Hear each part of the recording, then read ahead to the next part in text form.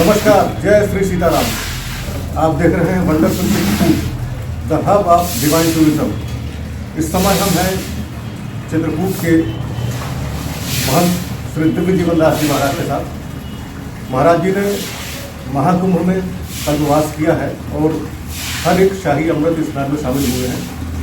तो ये शाही अमृत स्नान की क्या परंपरा रही है और बात प्रयागराज में इतने करोड़ों की संख्या में लोग क्यों आए, उसका क्या प्रमुख कारण था, महाराज जी से जानते हैं। महाराज जी प्रणाम।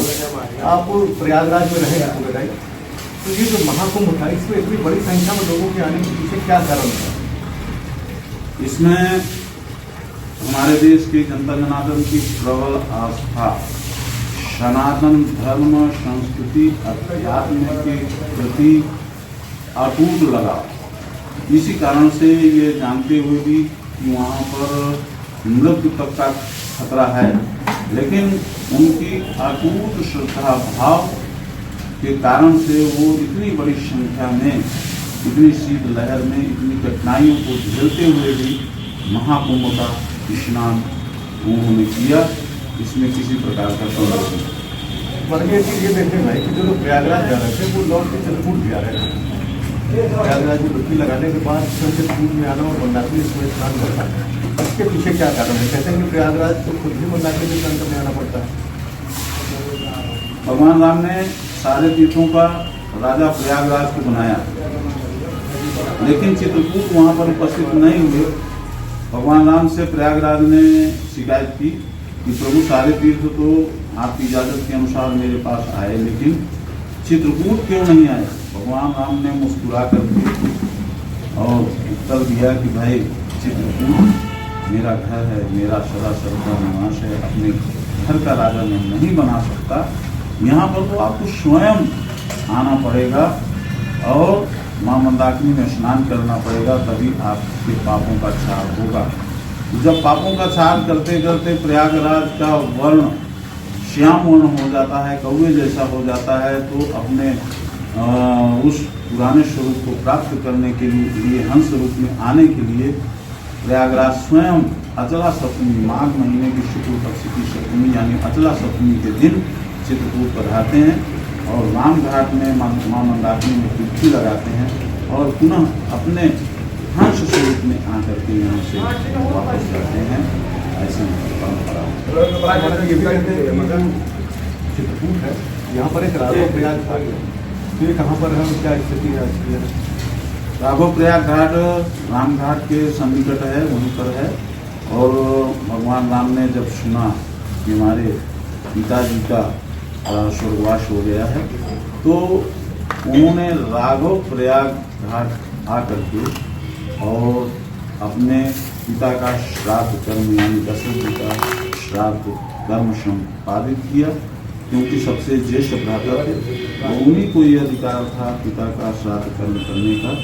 और चित्रकूट जैसी पावन स्थली कहीं भी नहीं हो सकती, क्योंकि प्रयागराज से भी ऊपर है। इस कारण से उन्होंने चित्रकूट के राम घाट के सन्निकट राघव प्रयाग घाट में अपने पिता का श्राद्ध कर्म किया। इसी कारण से इसका नाम राघव प्रयाग घाट है। ये भी कहते हैं कि जो राघव प्रयाग घाट है, यहाँ पर भी एक त्रिवेणी प्रवाहित है। कौन सी त्रिवेणी है, कौन कौन सी? यहाँ पर मंदाकिनी, वैष्णवी, सावित्री तीनों का संगम है राघव प्रयाग घाट में। इसी कारण से संगम में जिस प्रकार से पंच प्रयाग भी चित्रकूट में है, उसी प्रकार से त्रिवेणी संगम स्थल राघव प्रयाग घाट में भगवान राम ने अपने पिता का श्राद्ध कर्म किया था, उसी राघव प्रयाग।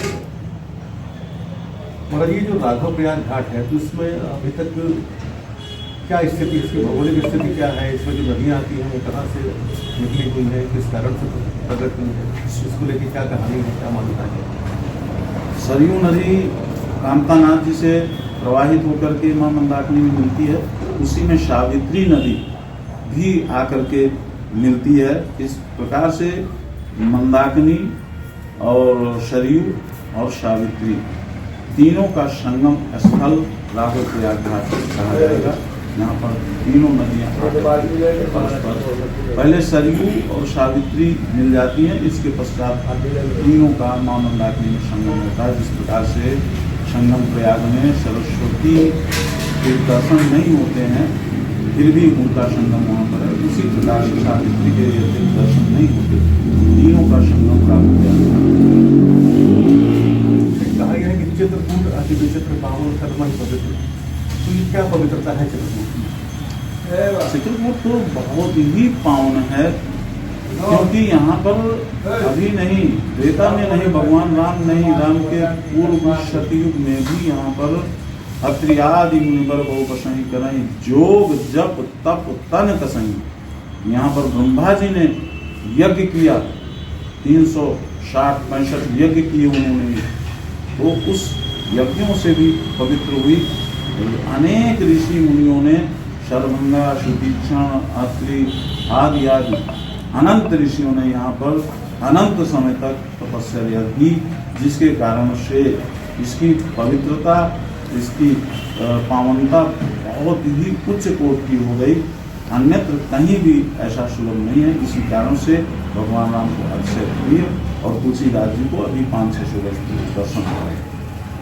इसी दिन पर जीवनदास जी महाराज जो चित्रकूट के परम तपस्वी संत हैं और बता रहे थे चित्रकूट की महिमा, चित्रकूट की पवित्रता, चित्रकूट के नदियों की क्या विशेषता है। चित्रकूट एक ऐसा स्थान है जहाँ तीर्थराज प्रयाग को भी आना पड़ता है। आज के एपिसोड में इतना ही, फिर आगे हम चित्रकूट के बारे में बात करेंगे और इसकी पवित्रता, पौराणिकता, महत्व जानेंगे।